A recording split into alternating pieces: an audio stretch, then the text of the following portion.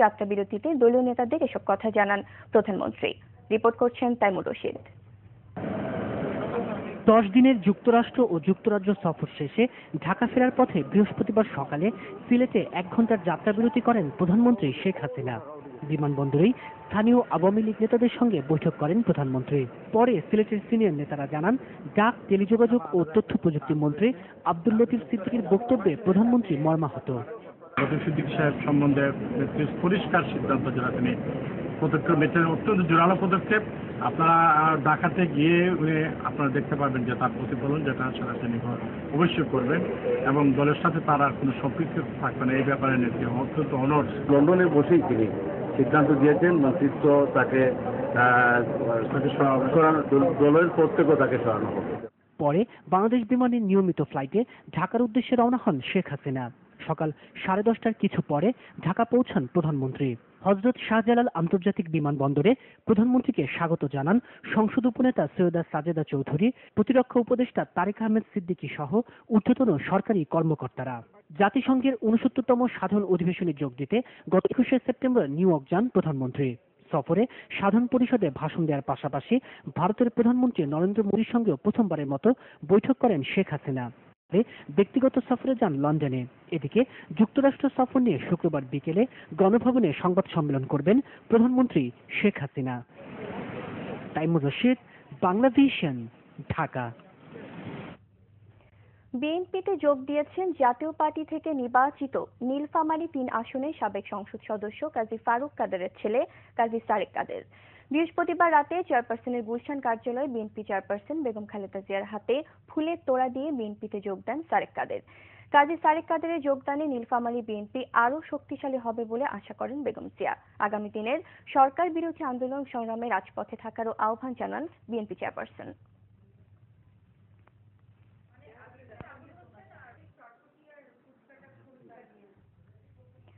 আব্দুল লতিফ সিদ্দিকীকে শুধু মন্ত্রিসভা থেকে অব্যাহতি বা দল থেকে বহিষ্কার করলেই মানুষের ক্ষোভ যাবে না। প্রচলিত আইনে তার বিচার করে শাস্তির ব্যবস্থা করতে হবে বলে জানিয়েছেন বিএনপির ভারপ্রাপ্ত মহাসচিব মির্জা ফখরুল ইসলাম আলমগীর। বিএনপি সংলাপের আহ্বানকে দুর্বলতা ভেবে ভুল না করতেও সরকারকে হুঁশিয়ার করেছেন তিনি। মাহমুদ আরিফের রিপোর্ট। নয়াপল্টনের কেন্দ্রীয় কার্যালয়ে বৃহস্পতিবার সকালে এক জরুরি সংবাদ সম্মেলন ডাকে বিএনপি। এতে লতিফ সিদ্দিকীর সাম্প্রতিক বিতর্কিত বক্তব্যে দেশের নানান প্রান্তে শান্তিপূর্ণ বিক্ষোভে আইন শৃঙ্খলা বাহিনীর নারকীয় তাণ্ডবের অভিযোগ তুলে ধরে দলটি। এ সময় বিএনপির ভারপ্রাপ্ত মহাসচিব বলেন, লতিফ সিদ্দিকীর শাস্তি না হলে দেশের মানুষের ক্ষোভ মিটবে না। যে অপরাধ সে করেছে, একদিকে সংবিধান বিরোধী বক্তব্য দিয়েছে, বৃহত্তর জনগোষ্ঠীর যে ধর্মীয় অনুভূতি সেখানে আঘাত করেছে এবং এটা করে সমাজে বিশৃঙ্খলা সৃষ্টি করেছে। সুতরাং তাকে দেশের আইন অনুযায়ী বিচার করে তাকে শাস্তির দাবি অত্যন্ত সোচ্চার হয়ে উঠেছে। সরকার পক্ষ বিএনপির সংলাপের আহ্বান আমলে নিচ্ছে না বলেও অভিযোগ করেন মির্জা ফখরুল। এটাকে যদি তারা আমাদের দুর্বলতা মনে করেন তাহলে তারা খুব বড় রকমের ভুল করবেন। গতবারও তারা একই কথা বলেছিলেন, আপনাদের নিশ্চয়ই সকলের মনে থাকার কথা, যে বিএনপির আন্দোলন করার ক্ষমতা নেই। 3 মাসে বিএনপি আন্দোলন কি করেছে এটা দেশের মানুষ জানে, গোটা বিশ্ব জানে।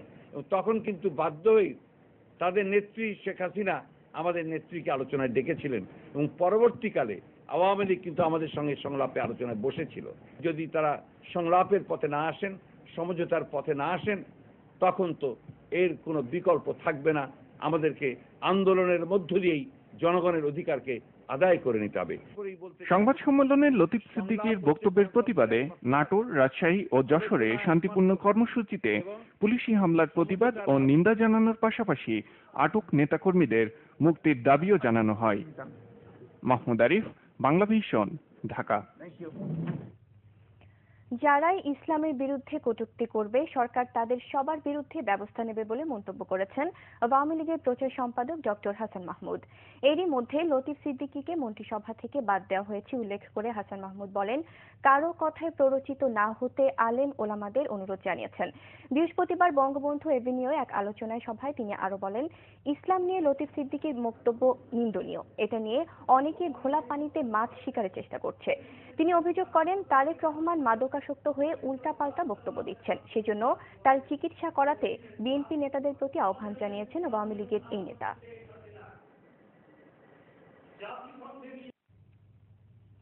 ধর্মীয় অনুভূতিতে আঘাত হানার অভিযোগে ডাক টেলিযোগাযোগ ও তথ্য প্রযুক্তি মন্ত্রী আব্দুল লতিফ সিদ্দিকীর বিরুদ্ধে তার নিজ জেলা টাঙ্গাইল সহ দেশের বিভিন্ন জায়গায় মামলা হয়েছে। অনেক জায়গায় মামলা আমলে নিয়ে সমন জারি করেছে আদালত। লতিফ সিদ্দিকীর বিরুদ্ধে টাঙ্গাইলে মামলা করেছেন জেলা তাঁতি লীগের আহ্বায়ক সোলাইমান হাসান। বৃহস্পতিবার সকালে অতিরিক্ত চিফ জুডিশিয়াল ম্যাজিস্ট্রেট শাহাদাত হোসেনের আদালতে মামলাটি দায়ের করা হয়। হবিগঞ্জে senior judicial magistrate Mahbubur Rahman সিদ্দিকীর আদালতে মামলাটি দায়ের করেন মাধবপুর উপজেলার নুরুল আমিন ভূঁইয়া। 11 নভেম্বর আব্দুল লতিফ সিদ্দিকীকে আদালতে হাজির হওয়ার নির্দেশ দেওয়া হয়েছে। যশোরে লতিফ সিদ্দিকীর বিরুদ্ধে মামলা করেছেন জেলা আইনজীবী সমিতির সদস্য অ্যাডভোকেট আমজাদ হোসেন। 2 নভেম্বর লতিফ সিদ্দিকীকে হাজিরের নির্দেশ দিয়েছেন আদালত। মহানবীর বিরুদ্ধে কটূক্তি করায় ব্রাহ্মণবাড়িয়া সিনিয়র জুডিশিয়াল ম্যাজিস্ট্রেটের আদালতে লতিফ সিদ্দিকীর বিরুদ্ধে মামলা করেন জেলা ইসলামী ঐক্যজোটের নেতা আমিনুল ইসলাম শাহীন।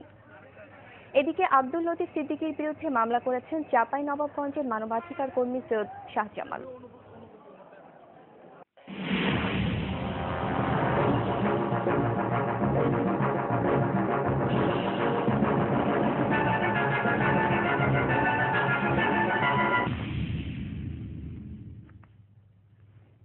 আব্দুল লতিফ সিদ্দিকী পাট ও বস্ত্রমন্ত্রী থাকাকালীন প্রায় 200 কোটি টাকা মূল্যর সরকারি জমি তার স্ত্রী লায়লা সিদ্দিকীর প্রতিষ্ঠানের কাছে বিক্রি করেছিলেন মাত্র 1 কোটি টাকায়।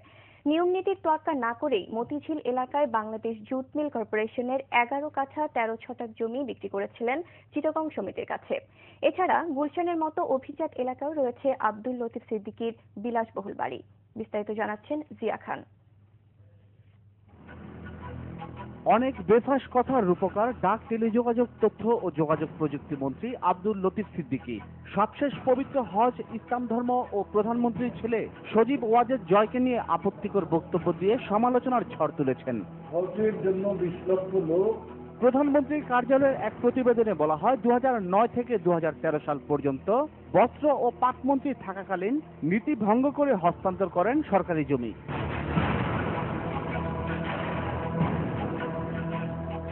অনুসন্ধানে দেখা যায় মতিঝিল এলাকায় বাংলাদেশ জুট মিল কর্পোরেশন বিজেএমসির 11 কাঠা 13 ছটাক জমি রয়েছে, যা এক সময় নিশাদ জুট মিল লিজ দিলেও 1972 সালে মালিকানা পায় বিজেএমসি। কিন্তু নিয়ম নীতির তোয়াক্কা না করে বস্ত্র ও পাটমন্ত্রী থাকা অবস্থায় জমিটি বিক্রি করে দেন আব্দুল লতিফ সিদ্দিকী। আমরা এখানে প্রায় 20 বছর ধরে থাকি। এর আগে এটা বেদখলে ছিল, ওই নিশাদ জুট মিলের লোক আছে, আমরা আছি। এখন মন্ত্রী নাকি পাটমন্ত্রী যে হ্যাঁ আইয়া এটারে বেঁচে গেছে। চিটাগং সমিতির চেয়ারম্যান আব্দুল লতিফ সিদ্দিকীর স্ত্রী লায়লা সিদ্দিকী মাত্র 1 কোটি টাকা জমিটি লায়লা সিদ্দিকীর কাছেই বিক্রি করেন লতিফ সিদ্দিকী। হ্যাঁ, টেন্ডার টুন্ডার কিছু দেয় না, এমনি ওই হ্যাঁ বউ আছে আবার চিটাগং সমিতির চেয়ারম্যান লায়লা সিদ্দিকী। ওই 1 কোটি টাকা দাম, কমসে কম 200 কোটি টাকা দাম আছে। অনুসন্ধানে দেখা যায় 20 নম্বর হেয়ার রোডের সরকারি এই বাড়িটিতে স্ত্রী ও 2 মেয়েকে নিয়ে থাকেন আব্দুল লতিফ সিদ্দিকী। সম্প্রতি নির্মাণ করা গুলশানের বিলাসবহুল বাড়িতে থাকেন লতিফ সিদ্দিকীর ছেলে।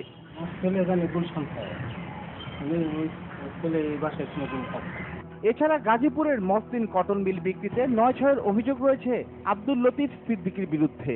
ক্ষমতার অপব্যবহার করে মহাজোট সরকারের বস্ত্র ও পাটমন্ত্রী আব্দুল লতিফ সিদ্দিকী একে একে বিক্রি করেছেন কুষ্টিয়ার মোহিনী টেক্সটাইল মিল, কুমিল্লার চিশতি টেক্সটাইল মিল, নোয়াখালীর বেগমগঞ্জের তাঁত বোর্ডের জমি সহ আরো অনেক সরকারি সম্পত্তি। Zia Khan, Bangla vision, Dhaka. Rail station ও বাস টার্মিনালে চাপ কম থাকলেও ঘরমুখী মানুষের উপচে পড়া ভিড় সদরঘাট লঞ্চ টার্মিনালে। ভেতর ছাপিয়ে লঞ্চের ছাদে উঠানো হচ্ছে যাত্রী। এর জন্য অবশ্য যাত্রীদের সচেতনতার অভাবকে দুষছেন নৌমন্ত্রী শাহজাহান খান। প্রিয়জনের সাথে পূজা ও ঈদ উদযাপন করতে কষ্ট মেনেই রাজধানী ছাড়ছেন ঘরমুখো মানুষ। রেলের সময়সূচি মোটামুটি ঠিক থাকলেও যারা বাসে করে ঘরে ফিরছেন যানজটে আর বাড়তি ভাড়ার কারণে ভোগান্তিতে পড়ছেন তারা। আরিফুল হকের রিপোর্টে বিস্তারিত। প্রিয়জনের সাথে পূজা আর ঈদ উদযাপন করতে বাড়ির পথে যাত্রা। নির্ধারিত সময়ের অনেক আগেই স্টেশনে হাজির যাত্রীরা। রাজধানীর কমলাপুর রেল স্টেশনে এবার ভোগান্তি কিছুটা কম, মোটামুটি শিডিউল মেনেই ছাড়ছে ট্রেন। রাস্তা মোটামুটি ফাঁকা, এখানেও কোলাহল মুক্ত, মোটামুটি ভালোই লাগতেছে। জার্নিটাও হয়তো ভালো হবে। অবশ্যই ভালো লাগছে, মা বাবার সাথে শ্বশুর শাশুড়ির সাথে লোকজনের সাথে ঈদ করবো, অবশ্যই ভালো লাগছে। কেন পেয়ে গেলাম টিকিট কাটতে কোনো প্রবলেম হয়নি। ঈদমুখী মানুষরা যাতে আনন্দের সঙ্গে যেতে পারে যেতে পারে কিন্তু আমরা কাজ করতে। রাজধানীর বাস টার্মিনালগুলোতে বেশ ভিড়, কাউন্টারে দীর্ঘ লাইন থাকলেও মিলছে টিকিট। সেদিক থেকে স্বস্তি পেলেও বাড়তি ভাড়ার যন্ত্রণাও পোহাতে হচ্ছে তাদের। কোনো জাম নাই, ভালো মতো উঠছি, সুন্দর করে যাচ্ছি। ভাড়াটা তুলনামূলক বেশি নিয়েছে। মন্ত্রী তো বলে যে ভাড়া বাড়বে না, এসে বলে তো টিভিতে দেখি আমরা, কিন্তু এখন তো দেখতেছি ভাড়া বাড়তেছে। সেরকম ভোগান্তি নাই, আজকে পরিবেশ দেখে ভালোই লাগতেছে। মহাখালী বাস টার্মিনাল পরিদর্শনে যান সড়ক পরিবহন ও সেতুমন্ত্রী ওবায়দুল কাদের। যাত্রী দুর্ভোগ কমাতে সব রকমের ব্যবস্থা নেওয়া হয়েছে বলে দাবি